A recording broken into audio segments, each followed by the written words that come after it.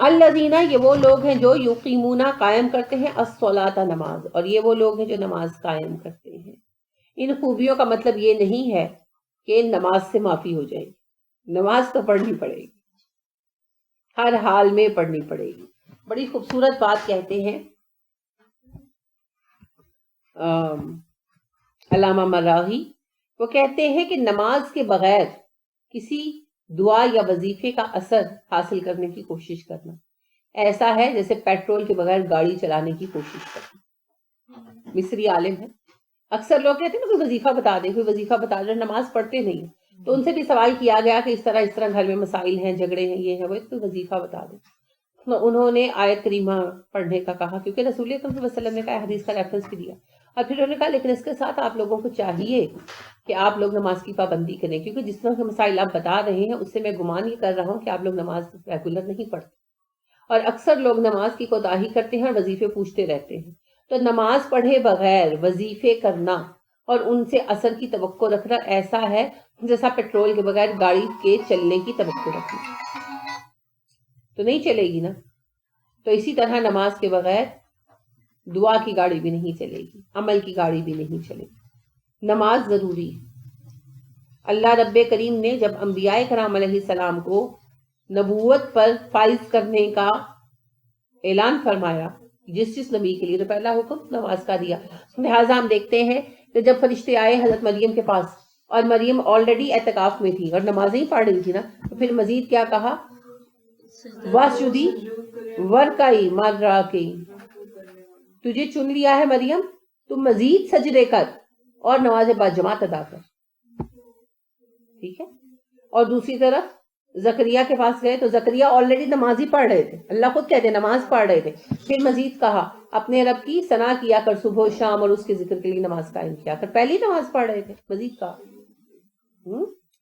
پھر آپ دیکھیے موسیٰ علیہ السلام کو جب اللہ نے پہلی مرتبہ بلایا اور خطاب کیا، سورۃ الانبیاء میں آپ پڑھیں گے کہ اللہ کہتے ہیں ہم نے اسے طور کے داہنے جانب بلایا اور اس سے بات کی، اس کو کہا کہ موسیٰ، جب فرسٹ بات ہوئی کہ موسیٰ میں تیرا رب ہوں، اللہ ہوں، یہ دیکھ عصا وغیرہ ساری، تو اللہ نے پھر کہا موسیٰ میں نے تجھے نبوت کے لیے چنا ہے تو نماز قائم کیا کر میری یاد کے لیے۔ اور مصر میں آنے کے بعد بنی اسرائیل کے لیے پہلا حکم دیا کہ چند گھر لیجئے اور وہاں پر ان کی نماز با جماعت کا قیام عمل میں لائیے، ٹھیک ہے، سب کے لیے اسی طرح چلا آتا ہے۔ اچھا، عیسیٰ علیہ السلام ماں کی گود میں بول رہے ہیں تو کیا کہتے ہیں، اللہ نے مجھے نبی بنایا ہے، کتاب دیا، مجھے حکم دیا ہے نماز قائم کروں، زکوٰۃ دیا کروں، ماں کی گود میں کہہ رہے ہیں مجھے حکم دیا گیا ہے نماز قائم کروں۔ اس کے بعد آپ دیکھیے رسول اکرم صلی اللہ علیہ وسلم، سب سے پہلے جبرائیل علیہ السلام نے ان کو نماز سکھائی، وضو کا طریقہ سکھایا اور ان کو وہ نماز پڑھائی تاکہ آپ سیکھ لیں، اور 2 وقت کی نماز فجر میں اور یعنی کہ صبح کے اور شام کے وقت 2 رکعتیں پڑھی جاتی تھی۔ اور اللہ رب العالمین نے اس کے بعد مزید حکم دیا جو کہ تیسرا یا چوتھا ہی حکم ہے، وہ تھا سورہ مزمل کا کہ اے نبی صلی اللہ علیہ وسلم اب آپ پر ایک بھاری کام ڈالا جانے والا ہے، تو رات کے پچھلے پہر میں اٹھ کر نماز پڑھا۔ تو آپ صلی اللہ علیہ وسلم نے تہجد پڑھنی شروع کی، تہجد آپ پر فرض۔ تو جو نبی بھی اپنے اپنے عہد میں کھڑے کیے گئے ان کو بھی پہلا حکم دیا گیا نماز کی پابندی کریں۔ تو ہم کیسے دن کی تکمیل کر سکتے ہیں نماز کی پابندی کے بغیر؟ ڈور کے بغیر گڈی اڑا سکتے ہیں؟ چینی ڈالے بغیر چائے میٹھی کر سکتے ہیں؟ تو یہ گڑ ہے، وہ جیسے کہتے ہیں نا، ہم کہتے ہیں جتنا گڑ پاؤ اتنا ہی میٹھا، تو یہ اسلام کا گڑ جو ہے، شیرینی جو ہے وہ ہے نماز، جتنی نماز پڑھیں گے اتنا ہی میٹھا۔ اچھا، بلال رضی اللہ عنہ کی کتنی پیاری صفت آتی ہے کہ آپ صلی اللہ علیہ وسلم نے فرمایا کہ میں جب معراج پر گیا تو میں نے جوتوں کی آواز سنی، تو میں نے پوچھا یہ کس کی جوتوں کی آواز ہے جو عرش پر سنی جا رہی ہے؟ تو بتایا گیا بلال کے۔ تو آپ نے پوچھا بلال وہ کون سا عمل ہے کہ میں نے آپ کی جوتوں کی آواز آسمان پر جنت میں سنی؟ تو کیا کہا تھا بلال نے؟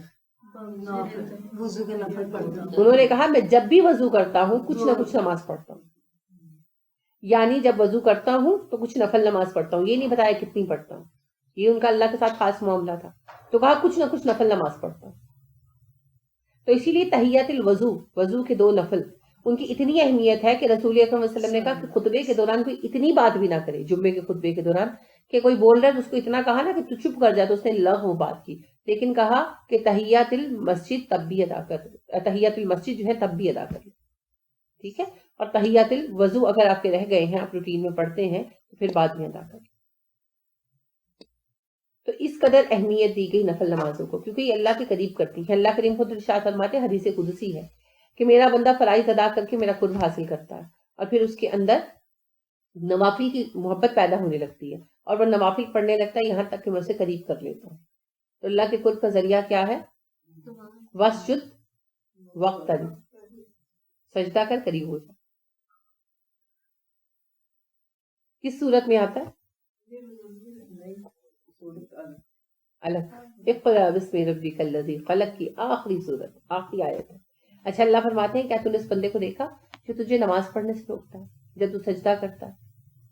ابو جہل کے بارے میں آیا، ابو جہل نے کہا رسول اللہ صلی اللہ علیہ وسلم حرم میں نماز پڑھتے تھے، تو کہنے لگا کہ حبل کی قسم، تم لوگ محمد نماز پڑھتے اس کو روکتے نہیں ہو، تمہارے سامنے وہ سجدہ کرتا ہے تم دیکھتے رہتے ہو، مجھے اس گھر کے رب کی قسم، کعبے کے رب کی قسم، اگر میرے سامنے نماز پڑھے گا میں تو اس کی گردن اپنے پیروں سے روند دوں گا، صلی اللہ علیہ وسلم۔ اب اگلے دن آپ صلی اللہ علیہ وسلم جب نماز پڑھنے آئے تو یہ بدبخت بیٹھا ہوا تھا، تو آپ پر حملہ کرنے کی نیت سے بڑھا، لیکن گھبرا کر پیچھے ہو گیا، چہرے پر پسینہ تھا۔ تو لوگوں نے پوچھا کہ تم پیچھے کیوں ہو گئے، تم تو بڑے دعوے سے گئے تھے؟ تو وہ کہنے لگا کہ میں نے اس کے گرد کچھ لوگ دیکھے کہ وہ مجھے مار ڈالنے کو تیار تھے، یا آگ کی خندق دیکھی کہ اگر میں قریب ہوتا تو وہ میرے ٹکڑے کر دیتے۔ تو رسول اللہ صلی اللہ علیہ وسلم کو بعد میں ابن مسعود رضی اللہ عنہ نے یہ بات بتائی، تو آپ نے کہا وہ جبرائیل تھے، اگر یہ پاس آتا تو جبرائیل اس کے پرخچی اڑا دیتے۔ تو اس کی اس بات پر اللہ نے کہا کہ اس بندے کو دیکھا جو تجھے سجدے سے روکتا ہے، نماز سے روکتا ہے، تو اس کی بات کبھی مت ماننا، بلکہ کیا کرنا، واسجد وقترب، سجدہ کرتے رہنا تاکہ تو میرا قرب پا لے۔ اور ہم نے پتہ کیا باتیں بنا رکھی ہیں؟ جب میں ڈپلوما کر رہی تھی عربی میں، تو ہمارے ایک سر تھے، عربی گرامر پڑھاتے تھے ہمیں، اور دین کی بہت باتیں کرتے تھے، دینی آدمی بھی تھے، نظر آتا تھا۔ تو میں نے ان سے پوچھا کہ اللہ کے قرب کا ذریعہ کیا ہے؟ تو وہ مجھے کہنے لگے 11ویں کا ختم دلایا ہر مہینے، ان للہ و انا الیہ راجعون۔ اللہ کہتے ہیں واسجد وقترب، سجدہ کر قرب پا لے۔ اور ہمارے پڑھے لکھے پی ایچ ڈی لوگ فرما رہے ہیں 11ویں کا ختم دلایا، عربی پڑھی قرآن نہیں پڑھ، کاش پڑھ لے۔ تو لہٰذا جناب بات یہ ہے کہ نماز اللہ کے قرب کا ذریعہ ہے۔ رسول اکرم صلی اللہ علیہ وسلم نے فرمایا الصلاۃ معراج المؤمن، مومن کی معراج نماز ہے، الصلاۃ عماد الدین، نماز دین کا ستون ہے۔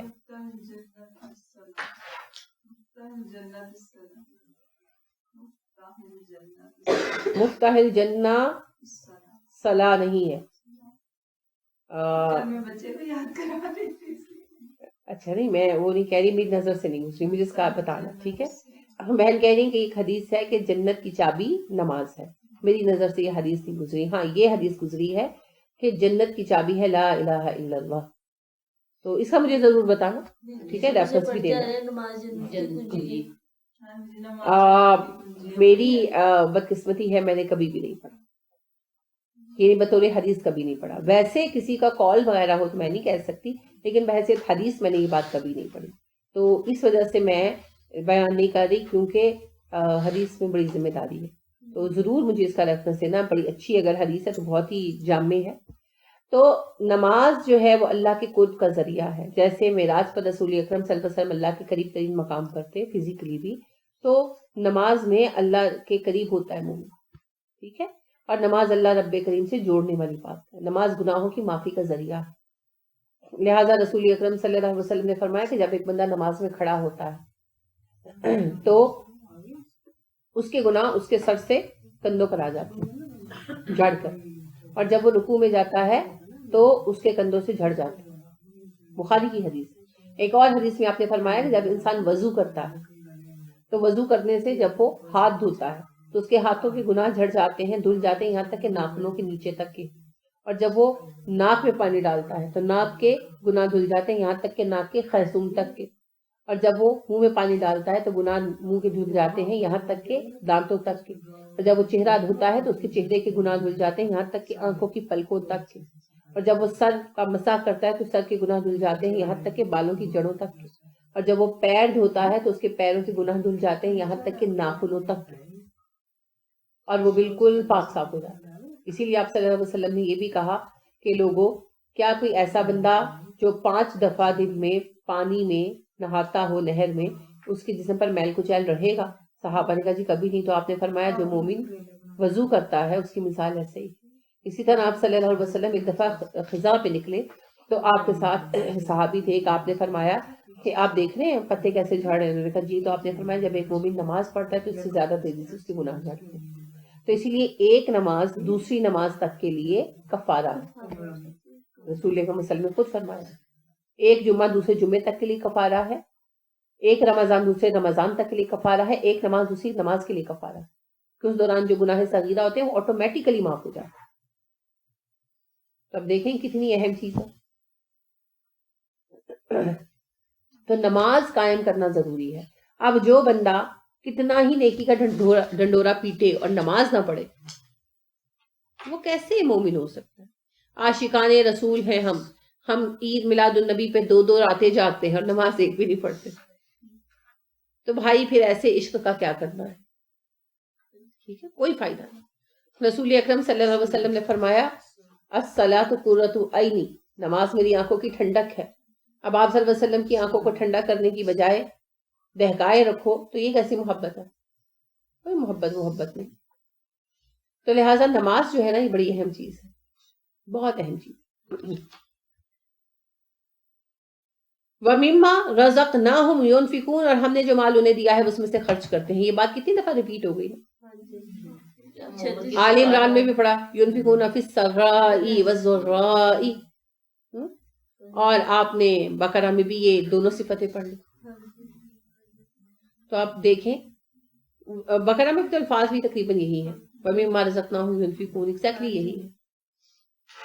جو مال دیا ہے اس میں سے بے تحاشا خرچ کرتے ہیں، خرچ کرتے ہوئے سوچتے نہیں ہیں۔ ام قیس کہتی ہیں رسول اکرم صلی اللہ علیہ وسلم نے مجھ سے کہا ام قیس گن گن کر مت رکھنا، اللہ بھی گن گن کر رکھے گا، اور سنبھال سنبھال کر مت رکھنا، اللہ بھی سنبھال سنبھال کر رکھے گا، گن گن کر خرچ مت کرنا، اللہ بھی گن گن کر خرچ کرے گا۔ یعنی جس طرح سے مال خرچ کرو گے اللہ ویسے ہی دے گا، بے تحاشا خرچ کرو گے اللہ بے تحاشا دے گا۔ بالکل، نفع کا چوہے کے بل کو کہتے ہیں، ایک سرے سے آؤ دوسرے سرے سے جاؤ۔ تو اللہ کی راہ میں دل کھول کر خرچ کرنا، اللہ پھر کمی نہیں کرتے، یہ تو اللہ نے درجہ بڑھانے کا سبب بنا رکھا ہے۔ شیخ سعدی کہتے ہیں میں نے کبھی زندگی میں 3 طرح کے افراد نہیں دیکھے، ایک جو اللہ سے دعا مانگے اور محروم رہ جائے، میں نے کبھی نہیں دیکھا۔ دوسرا جو اللہ کے دین کی راہ میں جد و جہد کرے اور بدبخت رہ جائے، میں نے کبھی نہیں دیکھا۔ اور تیسرا جو اللہ کی راہ میں صدقہ کرے اور فقیر ہو جائے، میں نے کبھی نہیں دیکھا۔ تو اللہ کی راہ میں دیتے ہیں، اللہ پلٹا پلٹا کر دیتے ہیں، اللہ خود دے سکتے ہیں، یہ تو اللہ نے انسانوں کے درجے بڑھانے کے ذرائع بنا رکھے ہیں۔ میں بڑی بڑی مثالیں بہت ساری ہیں، ایک چھوٹی سی مثال آپ کے اپنے ملک اپنے شہر سے، کہ میرا خیال ہے 1999 میں یا 1998 میں گورمے کا پہلا آؤٹ لیٹ بنا تھا، سمن آباد پہلا آؤٹ لیٹ بنا تھا۔ تو میرے بھائی مجھے خاص طور پر لے کر گئے تھے کہ ایک نئی بیکری کھلی ہے تو اس کے نام باداموں والی نمکو ہے، تو لے کر آئے، تو عید سے پہلے ہم لے کر آئے تھے، وہ فرسٹ آؤٹ لیٹ۔ اور اب آپ جہاں کھڑے ہوتے ہیں گور میں کیوں؟ انہوں نے پہلا جب بنایا تو انہوں نے ہاسپٹل میں پیشنٹس کو کھانا دینا شروع کیا نا، اور نیک نیتی سے یقیناً دیا، تو اللہ نے اتنی برکت ڈالی، حالانکہ گورمے کا معیار کوئی نہیں رہا، آنےسٹ بات، لیکن قدم قدم پر گورمے کھل گئے، قدم قدم پر گورمے کھل گیا، کیونکہ جیسے جیسے ان کے آؤٹ لیٹس بڑھتے گئے ہیں ویسے ویسے انہوں نے پیشنٹس کو کھانا دینے کا حساب بھی بڑھایا، جو بھی انہوں نے اپنا رکھا ہوا ہے، مجھے ایگزیکٹ حساب تو نہیں پتا، لیکن ویسے ویسے انہوں نے بڑھایا ہے، اور باقاعدہ بڑے اچھے طریقے سے کھانا دیتے ہیں۔ پچھلے دنوں ایک عزیز تھے ہاسپٹل میں، تو میں نے ان سے کہا کہ میں کچھ لے آؤں، تو انہوں نے کہا کہ بہت اچھا کھانا وہ دیتے ہیں، اور پیشنٹس کے لیے جو ہوتا ہے وہ پرہیزی کھانا بھی ہوتا ہے، اور جو ساتھ اٹینڈنٹ ہوتا ہے تو اس کے لیے باقاعدہ پراپر وہ کہتے ہیں بہت اچھا پراپر پیک کھانا ہوتا ہے، اور جان نہیں چھڑائی ہوتی. تو پھر آپ دیکھیں کہ صرف بیکری نہیں رہی، گور میں فرنیچر، گور میں دودھ، گور میں صابن، گور میں سوئیاں، گور میں چینل بھی آ گیا.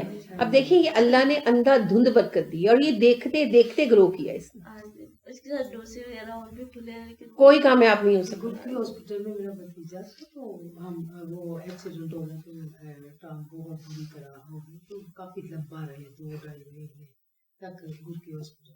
تو واقعی میں اتنا زبردست کھانا کہ اتنے بڑے بڑے لنچ باکس، یعنی کہ اس میں سالن سیلڈ، مطلب کبھی کچھ آ رہا ہے کبھی کچھ آ رہا ہے کبھی کچھ آ رہا ہے، یعنی کہ واقعی جان نہیں چھوڑی. بالکل، یعنی پیشنٹ کے لیے الگ اور جو ساتھ میں اٹینڈنٹ ہے اس کے لیے تھا، اور بڑے اچھے ریسپیکٹیبل طریقے سے. صرف کھانا تو نہیں نا پکواتے، وہ ظاہری بات ہے کہ وہ بھجوانے کا خرچہ بھی ہے، جو انہوں نے سٹاف رکھا ہوا ہے جو پہنچاتا ہے اس کا خرچہ بھی ہے.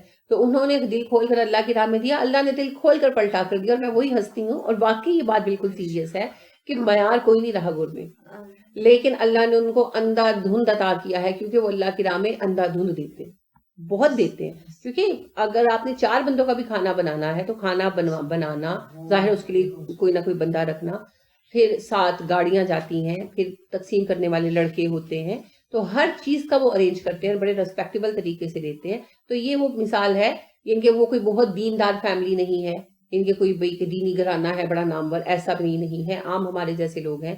لیکن جب انہوں نے اللہ کی راہ میں دیا تو اللہ نے پلٹا کر کیسا دیا، اور جیسا کہ میں عرض کروں کہ دیکھتے دیکھتے بلڈ ہوا ہے. ابھی 2018 ہے، تو یعنی کہ یہ 18 سے 20 سال میں وہ لوگ اس وقت تو میرا خیال ہے ارب پتی ہوں گے. تو ایک آؤٹ لیٹ انہوں نے شروع کیا تھا، اور وہ آؤٹ لیٹ میں نے پرسنلی وزٹ کیا تھا. تو اس کے بعد اب تو وہی بات ہے، اب جہاں جاتے ہیں تو نشان کیا ہوتا ہے، وہ گورنمنٹ کے پاس سے مڑ جاؤ لینڈ مارک بن کے. اللہ نے اتنی برکت عطا کی، تو اللہ کی راہ میں دیں گے تو اللہ پلٹا کر بہت دے. ٹھیک ہے، 10 گنا کم از کم، پھر اللہ نے 700 گنا آپ کو گنوائی، اور اس سے زیادہ اللہ کہتے ہیں جس کے لیے چاہتا ہوں اور بڑھا دیتا ہوں. It all depends on your خلوص. اب دیکھیے اللہ نے کیا خصوصیات گنوا دی. جب اللہ کا ذکر آتا ہے ان کے دل کانپ جاتے ہیں، آیتیں پڑھی جاتی ہیں ان کا ایمان بڑھ جاتا ہے. اچھا، مصیبت میں کوئی حوصلہ دینے کے لیے کوئی آیت سناتا ہے تو دل کو اطمینان آ جانا، یہ بھی ایمان بڑھنے کی علامت ہے. اور اللہ پر توکل کرتے ہیں، نماز قائم کرتے ہیں، رزق میں انفاق کرتے ہیں. پھر 5 صفتیں آ گئی، جن میں سے 2 صفتیں رپیٹ ہوئی ہیں بقرہ والی. اور اللہ فرماتے ہیں اولئک هم المؤمنون حقا، یہ اللہ کی اپنی گواہی، یہ سچے مومن ہیں، یہی ہیں جو سچے مومن ہیں.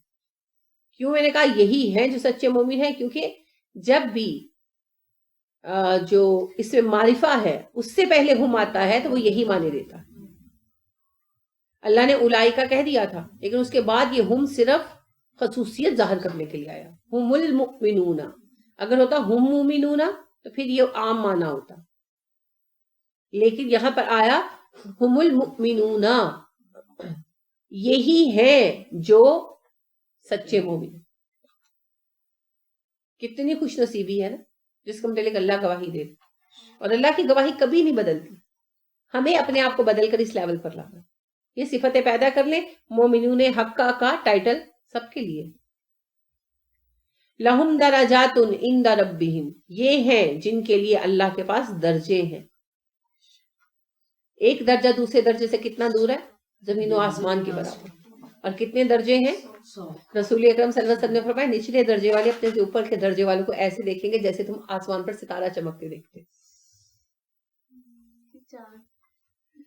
وہ اللہ کے دیدار کے بارے. آپ صلی اللہ علیہ وسلم نے فاصلے کو بیان فرمایا. آپ کو پتہ ہے ستارہ چھوٹا نہیں ہوتا، پتہ ہے نا چھوٹا کیوں لگتا ہے؟ دور ہونے کی وجہ سے. کئی ستارے ایسے ہیں جو ہماری زمین سے بہت بہت بڑے ہیں، جو زیادہ چمکتے ہیں. جی، سورج کتنا بڑا ہے اور ہمیں اتنا سا گول ٹکی سا نظر آتا ہے. چاند زمین سے 5 گنا بڑا نہیں کہ زمین چاند سے 5 گنا بڑی ہے؟ چاند زمین سے بڑا ہے، تبھی تو زمین کو کھینچتا ہے. لیکن ہمیں چھوٹا سا اتنا سا منا سا نظر آتا ہے. فاصلے. اور بہت سارے ستارے جو ہیں وہ ہمارے سورج سے بھی بڑے ہیں. ہمارے نظام شمسی میں جو ہمارا سولر سسٹم ہے اس میں سب سے بڑا ستارہ سورج ہے، اور کئی ستارے ایسے ہیں جو 50 گنا بڑے ہیں ہمارے سورج سے، مگر اتنے ٹکلے سے دور نہ ٹمٹماٹا سا نقطہ نظر آتا ہے. یہ فاصلے کی انڈیکیشن.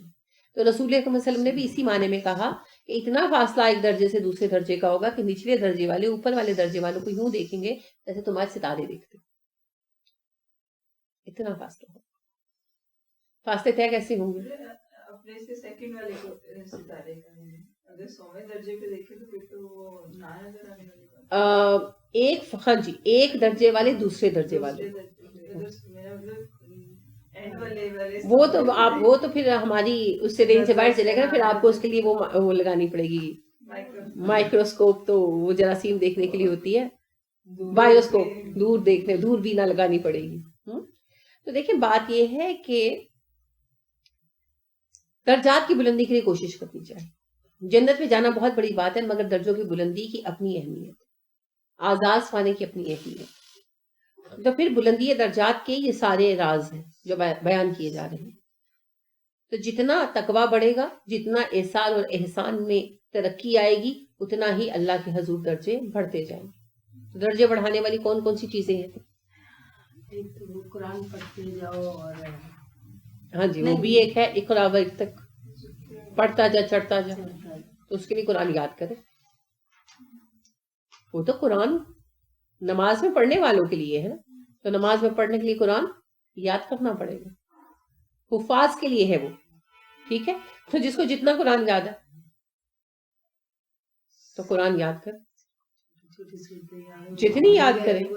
کچھ تو ہوگا نا، کچھ تو ہوگا. کسی درجے میں تو پہنچیں گے. بالکل صحیح. پھر اس کے بعد وہ کھانا، غریبوں کو کھانا کھلانا، کھانا کھلانا، کسی کو بھی کھلانا. درجات کی بلندی کی بات کریں. جی جی. وضو کرنا، چل کے جانا، اور نماز کے بعد تھوڑی دیر وہاں پہ رکنا.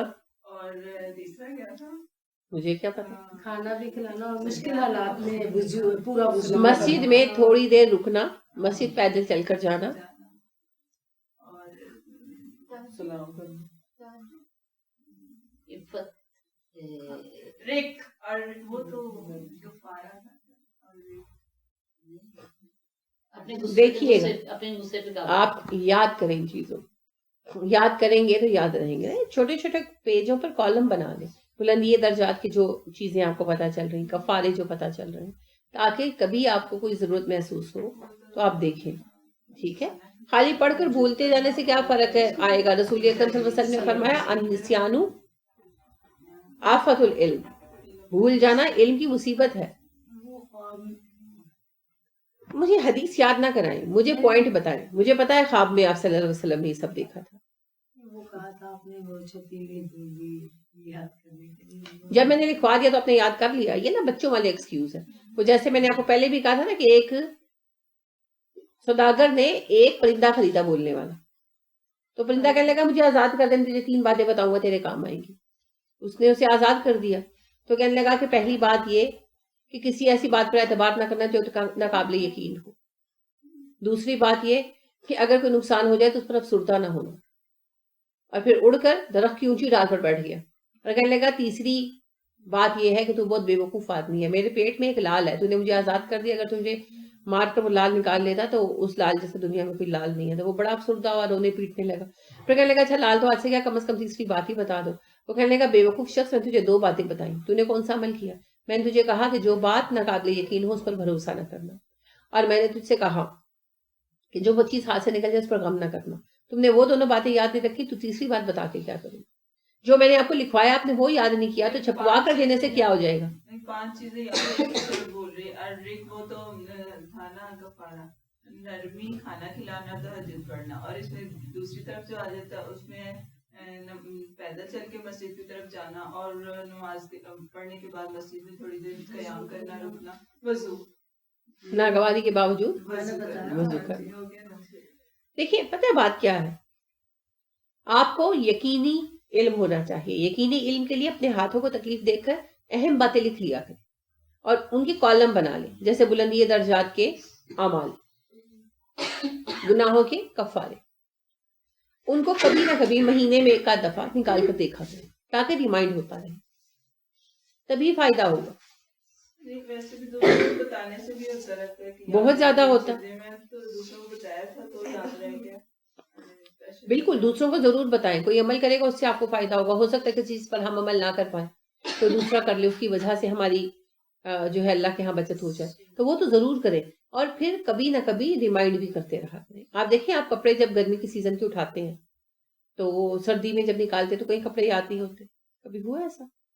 ہوتے ہیں نا. اسی طرح سردی کے اٹھاتے تو گرمی میں یاد نہیں ہوتے, پھر آپ کھولتے تو کھو ملا تو یہ بھی جوڑا پڑا ہوا, مجھے تو یاد ہی نہیں تھا. تو جو چیز وہ آنکھ ہو جائے پہاڑ ہو جل ہوتی ہے, تو اس لیے کبھی نہ کبھی ان کو دہراتے رہا. اچھا وہ سب ہے, تو یہ بھی تو بلندی درجات ہے. نماز کا اچھا قیام, انفاق فی سبیل اللہ, دلوں کا اللہ کے ذکر پر جھکنا, اللہ پر توکل کرنا, ایمان بالغیب, یہ سب بھی ذرائع ہیں بلندی درجات کے. تہجد بہت بڑا ذریعہ ہے, ٹھیک ہے, اور اذکار بہت بڑا ذریعہ ہے. تو ان کے ذریعے بلندی درجات ضرور حاصل ہوگی. ان میں مداومت کریں, یعنی پختگی, استقامت حاصل کریں. تو اللہ فرماتے ہیں یہ سچے مومن ہیں, ان کے لیے اللہ کے پاس درجات ہیں. وَمَغْفِرَةٌ, اور بخشش ہے. کیا پتا چلا؟ پہلی بات مغفرت جو ہے غین فعلے سے ہے نا, گناہ کو معاف کرنا. تو اس سے ایک بات یہ پتا چلی کہ ایک نیک انسان بھی گناہوں سے مبرہ نہیں ہو سکتا. کبھی نہ کبھی کچھ نہ کچھ غلط کرے گا, کبھی جان بوجھ کر بیٹھے گا, کبھی انجانے میں کر بیٹھے گا, کبھی خطا اور کبھی سلپ ہو جانا. لہٰذا یہ تو چلتا رہے گا, زندگی ہے. لیکن پھر اللہ ایسے لوگوں کو معاف کر دیتے ہیں جو ہمیشہ اچھا کام کرے. آپ اپنے بچوں کے ساتھ بھی کرتے ہیں, انسان اللہ کی فطرت پر ہے نا. کہ ایک بچہ ہے ہی سرکش, ہے ہی بدتمیز, تو پھر آپ اس کی بات کو نظر انداز نہیں کرتے. اور ایک بچہ بڑا اچھا ہے, خدمت گزار ہے, کسی وقت غصے میں آ کر کچھ کہہ جاتا ہے تو پھر آپ اس کی بات کو کیا کرتے ہیں؟ درگزر کرتے ہیں, کوئی بات نہیں, اس نے کبھی ایسے نہیں کیا. تو لہٰذا اللہ نے انسان کو اپنی فطرت پر بنایا ہے. اللہ کا بھی یہی طریقہ ہے, جو ہمیشہ اچھا چلتا ہے, کسی وقت غلطی ہو جاتی ہے تو پھر اللہ اس کو درگزر کرتے ہیں. اور جو ہر وقت سرکشی دکھاتا ہے تو پھر اللہ بھی سریع العقاب ہے, وہ بھی پکڑ کرنے والا ہے. تو اللہ فرماتے ہیں ان لوگوں کو میں بخش دیتا ہوں, ان کے لیے مغفرت ہے.